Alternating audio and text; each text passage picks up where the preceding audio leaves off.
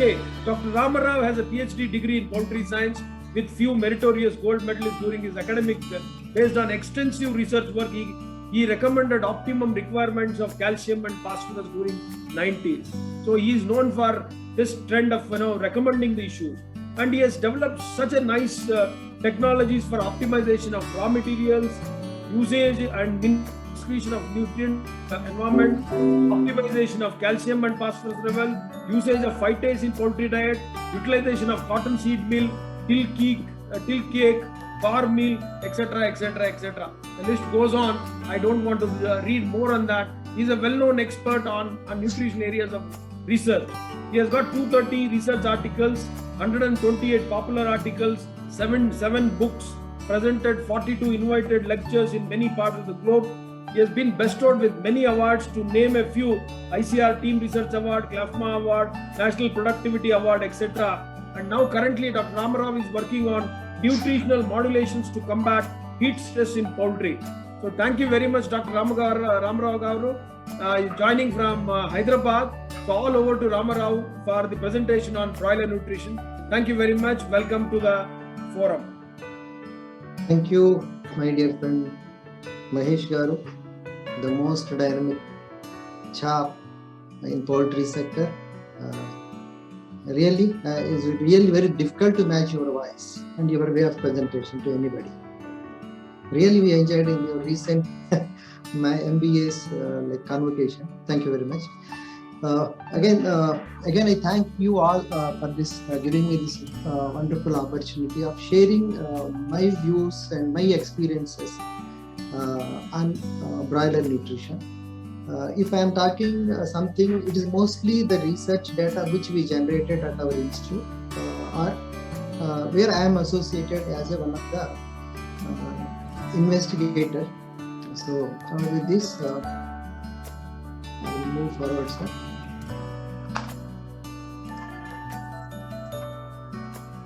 So now, of course, a little bit of the thing has been already made presented.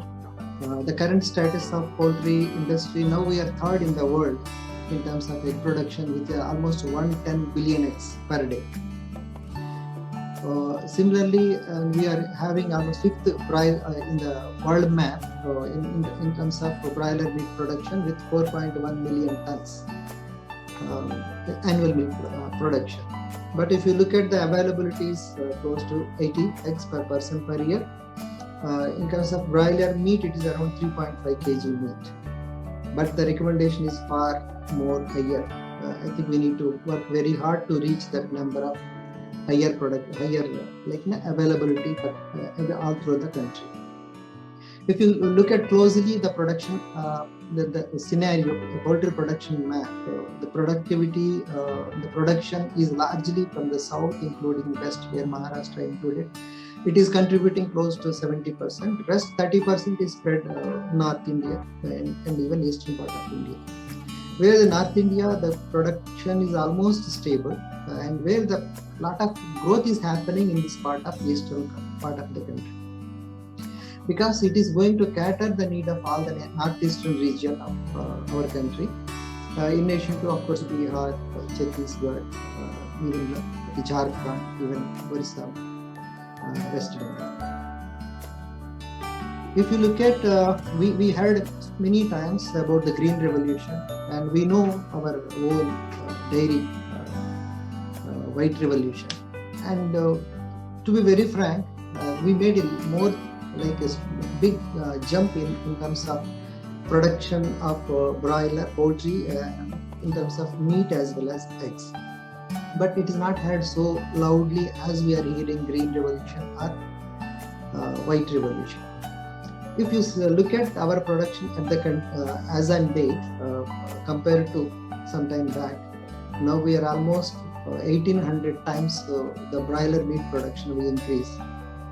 Similarly, in egg meat, almost 25 times our production increased from the 1960 after that. When compared to that, that means we made a big improvement in terms of availability of broiler meat as an egg. I think this has to reach to the our bureaucrats or maybe technocrats or even politicians, so that our presence is felt. But of course, whether somebody is mentioning or not, but the fact is, yes, we made a real good contribution as a poultry sector, including academia, research, as well as the industry collectively. Sir, what we made, what is the contribution of this poultry sector? If you see, it is providing almost close to 5 million employment for people, direct or indirect, across the country. And as I was telling, as our Neeraj was telling, the poultry sector is a backbone for many agricultural farmers. Because we are the first people, we are contributing, whether we are consuming more than 55% of maize that is produced in our country, as in terms of poultry energy source. And we are consuming large volume of cereals, and whatever the oil seed price, it is stable. So that is it is because of little bit we are consuming whatever the residue, like soybean meal, till cake, or maybe whatever the oil seed means, we are consuming. In that way, the poultry sector is strongly supporting the growth and development of agricultural farmers in our country.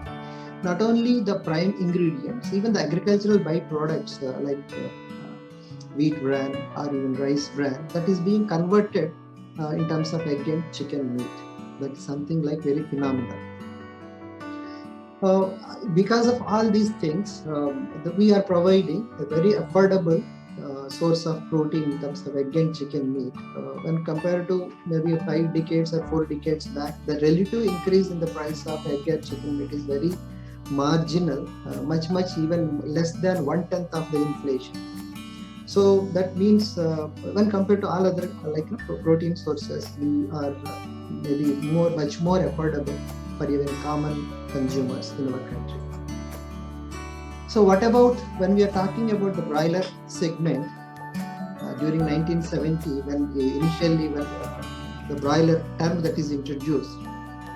So any bird which is grows, the definition goes like that: any bird which grows 1.2 kg in 12 weeks is called broiler, which has almost 3 as a feed efficiency. But nowadays, if you see, it is almost in one month we are getting close to 2 kg, even sometimes more than that, with a feed efficiency of 1.5 or 0.5. So this is excellent improvement or growth happened. It is just because of important thing is genetic selection and breeding and improvement. That is first thing. And to meet the whatever the requirement, like in terms of phenotypic appearance is genetically, it is a combination of genetics as well as environment, which includes feeding, healthcare and management. And here we are going to discuss a bit about the precision and how much we are precisely we are feeding, and today forenoon we are going to discuss on this as well. And healthcare, so the way of vaccination and even biosecurity management that is taking care, the commercial sector, that is resulting in the maximum productivity. It is not somebody's illusion or imagination of injecting hormones and steroids. That is a very false notion. That is, but unfortunately, that has to be condemned. Very more worker with more voice, like our Mahesh, who has so strong voice. So with this background, so then when we are looking at broiler meat as a whole, it is having all the nutrients, even energy, even all the vitamins and trace minerals. Even the protein is almost close to 19%. The fat is around 15%. All these nutrients are there into in the broiler meat. So how these nutrients are imbibed or accreted into the chicken meat? It is not just simply by somebody's illusion of steroids or hormones. It is by precise feeding of all the nutrients, energy, protein, amino acids, even calcium, phosphorus, all the trace minerals and all the 13 vitamins, and so much of precision. Like we are feeding, we know very well everybody, we are feeding to the tune of almost microgram or milligram. So on meal to meal basis, the chicken, whatever it is consuming commercially, the broiler or layer, such a precise, accurate or balanced food as a human being we are not consuming. So that is the crux of the nutrition, and that's why the birds are yielding such a high productivity, whether broiler or layer. So now I will be making presentation I'm restricting myself to very 4 areas, my favorite area, phosphorus nutrition requirement, and how best we can enhance the digestibility, how best we can improve the potentiate the gut, increase the nutrient utilization, and wheat as a source of energy, because not only even wheat or maybe maize or soybean is mostly the speculative market. Even something has, as Mahesh was telling, something has happened somewhere, there is a worker strike, and there is some imagination, because it is just primary feeding grain price is shooting up. A lot of wheat is available in our country. How best we can make use of it? I will make a brief presentation on that aspect. Of course, AGP is one burning topic that has to be addressed properly and honestly, so that we provide very safe food to our Indian population. First aspect is NPP, non-phytate phosphorus requirement. We know very well about what is its function, but still I will just reiterate very brush up. It provides the body fluid homeostasis, in terms of phosphate buffer. It has a very pivotal role in that. And ATP, even NADP or FAD, all these things are an integral component of energy metabolism. Not only chicken, even any living being, including human. And phospholipids, which are very, very essential for the development of all our body cells, including primarily it is for central nervous system, as well as all organs. The phospholipids are very, very essential. And of course, the phosphorus is along with the calcium, it is an integral component of skeletal development. If you look at the recommendations made by the industry, when I am talking about the calcium or phosphorus, I try to little bit of include this big brother calcium as well as vitamin D3. How collectively these 3 nutrients we can optimize their levels. Calcium, in case of broilers, this was the trial that published in 2003, perhaps, Summer Food Science and Technology. And we tested 0.7 to 1% of calcium at a level of 0.35% available phosphorus in case of broilers up to 25 days. So we got a very marginal, even 0.7 or 0.7, less than 0.8% is the optimum level by using the polynomial regression equation. The predicted value is for body weight gain is less than 0.8%. I'm not concluding anything on this single slide. I'm again proceeding further. Subsequently, initially we studied the non-phytate phosphorus requirement 0.25 to 0.45%. This was perhaps my PhD research work. And if you see, as the level of phosphorus increased in the diet, there is a significant or progressive increase in the body weight gain as well as the bone mineralization in terms of PBR aspect. But here, based on the knowledge what we had that time, and we fixed the level of calcium 1%. Since we are fixing the level of calcium 1%, obviously we got the linear response in terms of these 2 dependent parameters along with the level of phosphorus in the diet. So naturally, we have to maintain 2:1 ratio approximately, so that we will get the best response. Then we moved further. 2009 we published one article. So it is 35 days data. What we have done, we maintained the ratio of calcium and phosphorus 2:1, but the level of calcium and phosphorus was made 4 levels, 0.4, 5, 6, and 7, with a ratio of 2:1 with non-phytate phosphorus. 4 levels of calcium phosphorus and 4 levels of vitamin D3 cholecalciferol in 4:2 factorial manner. So the results, if you see the body weight gain, the cholecalciferol level, like vitamin D3 role, is quite evident at the lowest level of calcium and phosphorus. Here, there is almost a linear increase in the body weight gain with increase in the cholecalciferol level in the diet. But such improvement we could get only at a higher level. We got at the higher level of this one.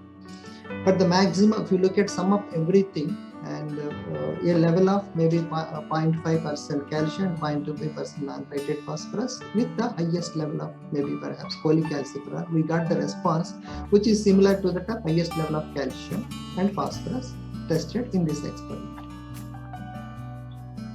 In subsequently what we did, and maybe at the same level of lower level of this is non-phytate phosphorus with 2 calcium 2:1, so 2.5 and 3 grams calcium at this level, and we included the cholecalciferol at graded level up to 3600. So if you see, there is almost a very steep increase, significant increase in the bird performance in terms of other body weight gain.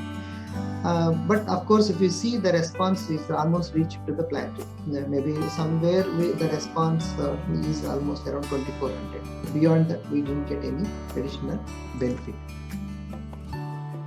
Subsequently, another trial we did, we kept one control with the finisher of those levels, and this 200 we took because NRC recommended only 200 international chip units per kilo.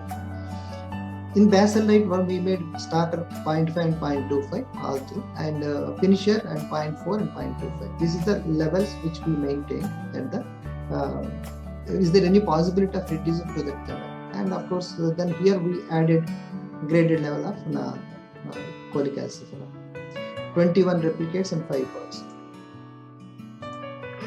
Here, if you see, here also we got at the lowest level there is a significant reduction compared to that of the control, standard control. But if both body weight gain and feed efficiency improve with the level of increase in the cholecalciferol in the diet, and we got an excellent and similar response as that of control when we are increasing the cholecalciferol level to 3600. So that, which means we can reduce the dietary calcium and phosphorus level to this range approximately by increasing the cholecalciferol level in the diet to the close to around 3600 international chip units per kilo. So to sum up, at lower level of calcium, instead of 200 what the NRC recommends, of course nobody is following, I know very well. But if you are increasing the level of around 3000 to 3500, around 3600, then there is a great potential to minimize or optimize the dietary calcium and phosphorus levels in the diet. Superdosing of phytase is one of my favorite subject, and if you see, the superdosing is nothing but increasing the phytase to 1500 to 2000 units per kilo, right, which against the regular dose of 500 units. 1500 to 2000. At this level, there is a great potential of increasing the body weight around 100 grams. I'm just making a presentation of only one experiment, but we did almost close to 10 to 15 experiments. Even there is a great scope of increasing the feed efficiency. So feed efficiency to the tune of maybe 2 to 3 units, sometimes it goes up to 7 units, and the body weight gain of almost 100 grams per bird is the net saving by increasing the phosphorus level, phytase level in the diet. So we have again the breeder nutrition. Breeder is such a thing that it's not really not so much of research work was conducted on breeders, but thanks to a recent trial conducted, not recent, maybe a half decade before, where Balasundram conducted a trial, where I was also associated.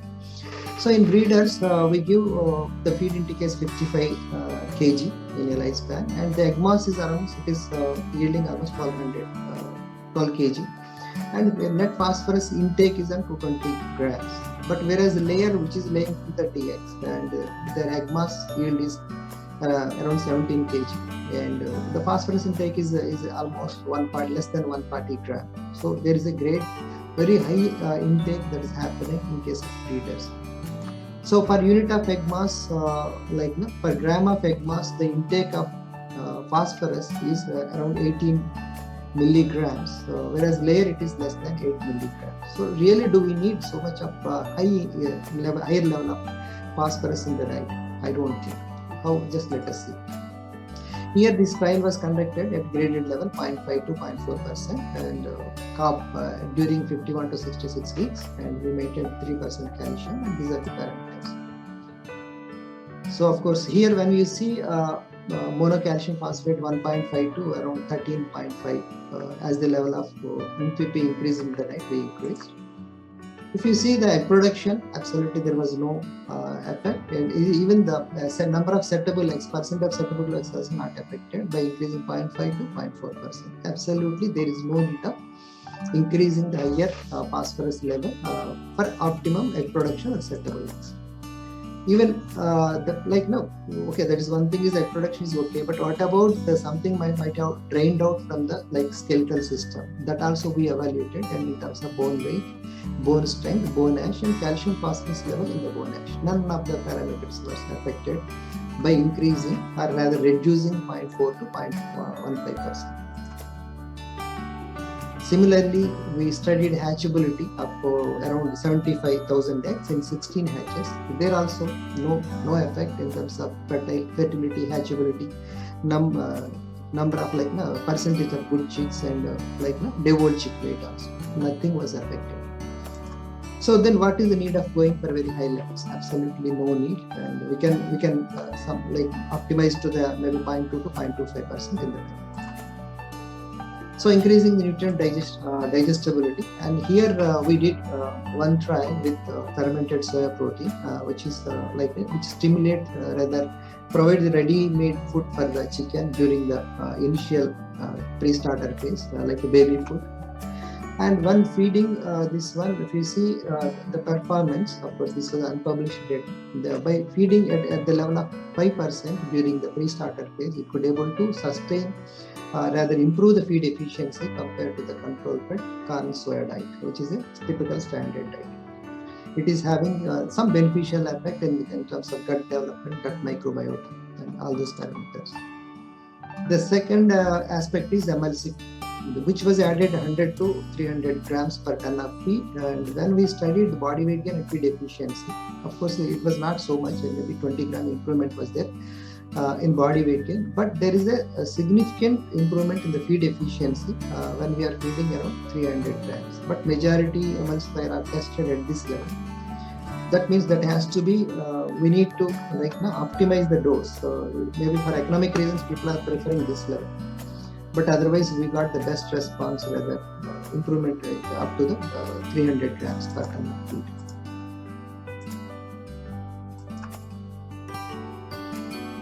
Here, some fiber, inert fiber, which also stimulate the development of gastrointestinal tract and in terms of its functioning ability. Here, when we supplemented 3% in the diet, there was no effect on body weight gain, but there is a significant improvement in the feed efficiency at the end of 42 days. But these results, one has to be really very scrupulously, we should understand when the dietary fiber level was less than 0.3% in the diet, like somebody is using highly digestible, high-pro soya, and in such case, maybe fiber level falls below 3%. So in such case, there is a great potential to this kind of inert fibers when we are supplementing. Another thing is papaya. We had some experience with microbial protease enzyme. But here the papain, when we tested at 0, 250 and 500 grams on top supplementation, where we got very significant improvement in the feed efficiency at both the levels and body weight gain at the highest level.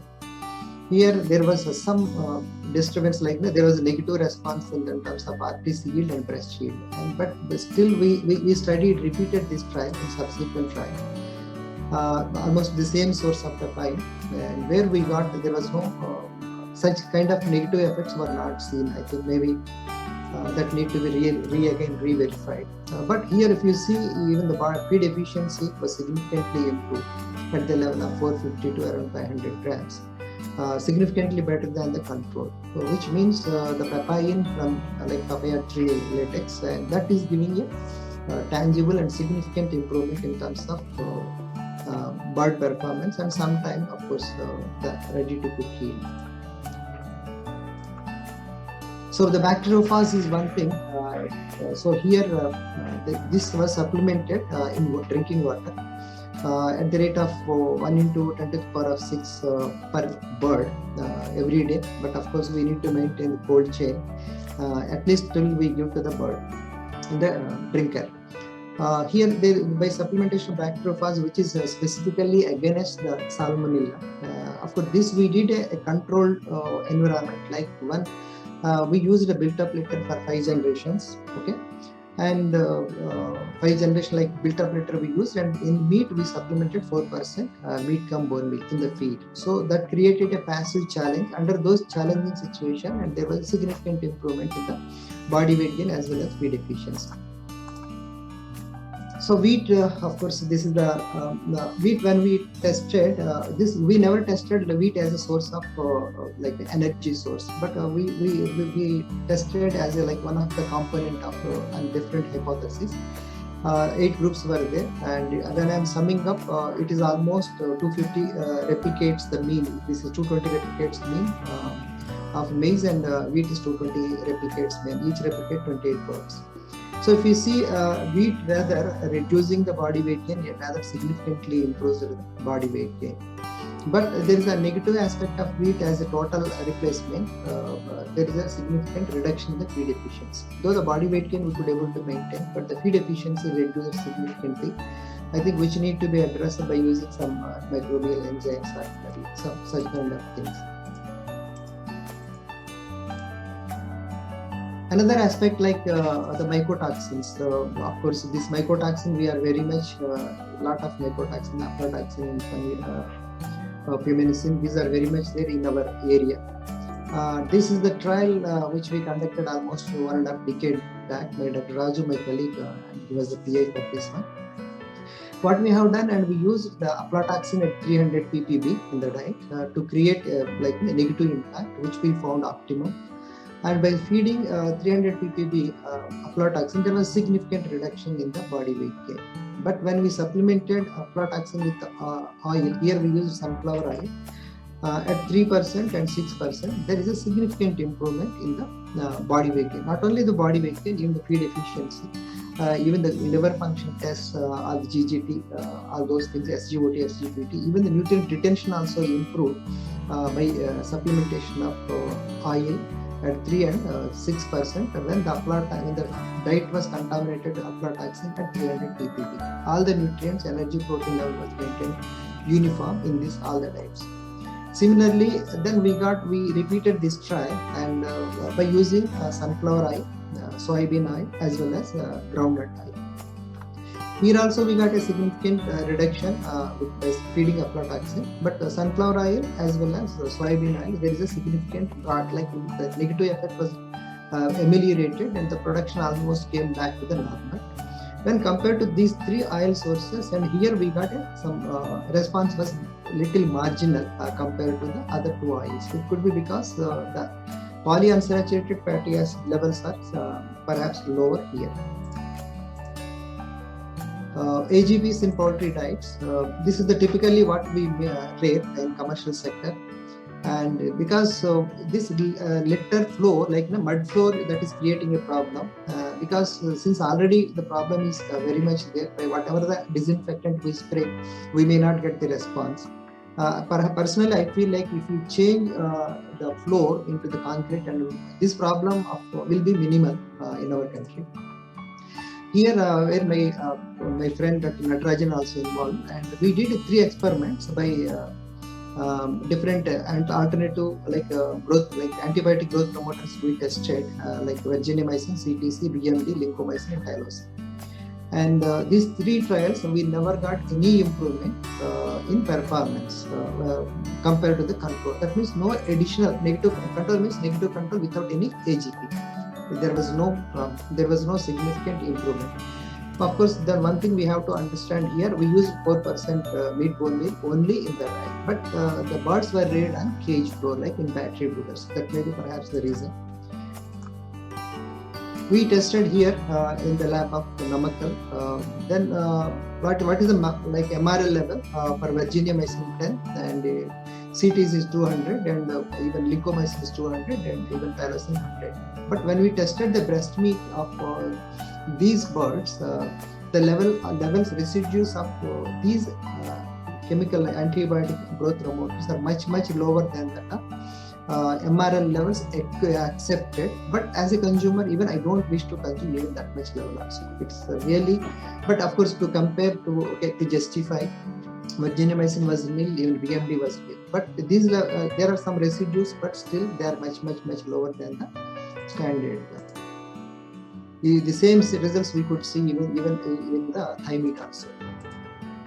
Okay, I think I should sum up. This is the final slide, and finally, just I would like to conclude. We can minimize the levels of calcium, like phosphorus, dietary phosphorus, by way of optimizing the dietary calcium and increasing the vitamin D3 in the diet. We can save a lot. The saving is not mere in the form of the money alone, maybe DCP or MCP. And we can save this perishable this material for longer duration. Otherwise, if we are using immediately exhausting this one, we have the potential tools of phytase and lower calcium level as well as cholecalciferol. We can really optimize dietary phosphorus level. We can save this for future generations. And the phytase superdosing is certainly very much useful to increase the productivity in terms of body weight gain as well as feed efficiency. Broiler breeder also we can optimize. Maybe a level of 0.2 or 0.25% is the maximum perhaps. More than that is no way that is useful except wasting the resources as well as polluting the environment. We can improve the feed efficiency by using fermented protein, emulsifiers, even nut fiber, papain, as well as bacteriophages. And wheat can be a potential source of energy in case of broilers. So only thing is we need to address the poor feed efficiency which is observed. And there is no need of feeding AGPs if we little bit change the flooring system and a little bit of increasing the biosecurity. With this, I should thank my institute and also Ramadutta Poultry Research from Private Limited, and where a lot of the data which I made presented, it is from these two sources. And also I thank all my colleagues at Directorate. Again, I thank finally to the organizers. Thanks one and all. Jai Hind. Thank you, Dr. Ramarao Garu. So comprehensive presentation. I think now I'll hand over to Professor Ranade sir to quick remarks, and if you want to take up the questions. We can end the screen sharing, Ramarao Garu. Yes, sir, I'm trying. Ranade sir, all over to you. Yes. There are two questions basically, but please share what interventions poultry farmers should consider for addressing the issues of E. coli and Salmonella. I think this question pertains to the use of bacteriophage, which Ramarao has mentioned. So this is one question, and second, of course, to Mahesh. Please share Government of India views on medicated feed additives in poultry. That we can take up later on. But before that, Dr. Ramarao Garu, if you could just throw some more light on the work which you have done on bacteriophage, because the question pertains to how the intervention should be done by the farmers for addressing the issues of E. coli and Salmonella. Yeah, of course, sir. As you already partially gave my answer. Now we have a potential tools. This is one thing is like bacteriophage. E. coli. Now specifically bacteriophages are available for both E. coli and Salmonella together, and some bacteriophages are specifically targeted for Salmonella and some are E. coli. So bacteriophages could be one solution, and we of course tested so many at our institute essential oils. Of course those essential oils gave a very potential scope for minimizing the problem of, it's not therapeutic but at least as a feed additive that can be tested. I think personally my opinion is again, as I told, reiterated, and if we change the flooring system, and these problems will be minimized to the minimum level. And one more thing, of course, the water quality. I think that is the most important thing one has to address. And if you can improve reduce the pH level in the diet, maybe to the tune of around 1 unit, I think the majority of the problems can be solved, particularly E. coli and even Salmonella. That's what I feel.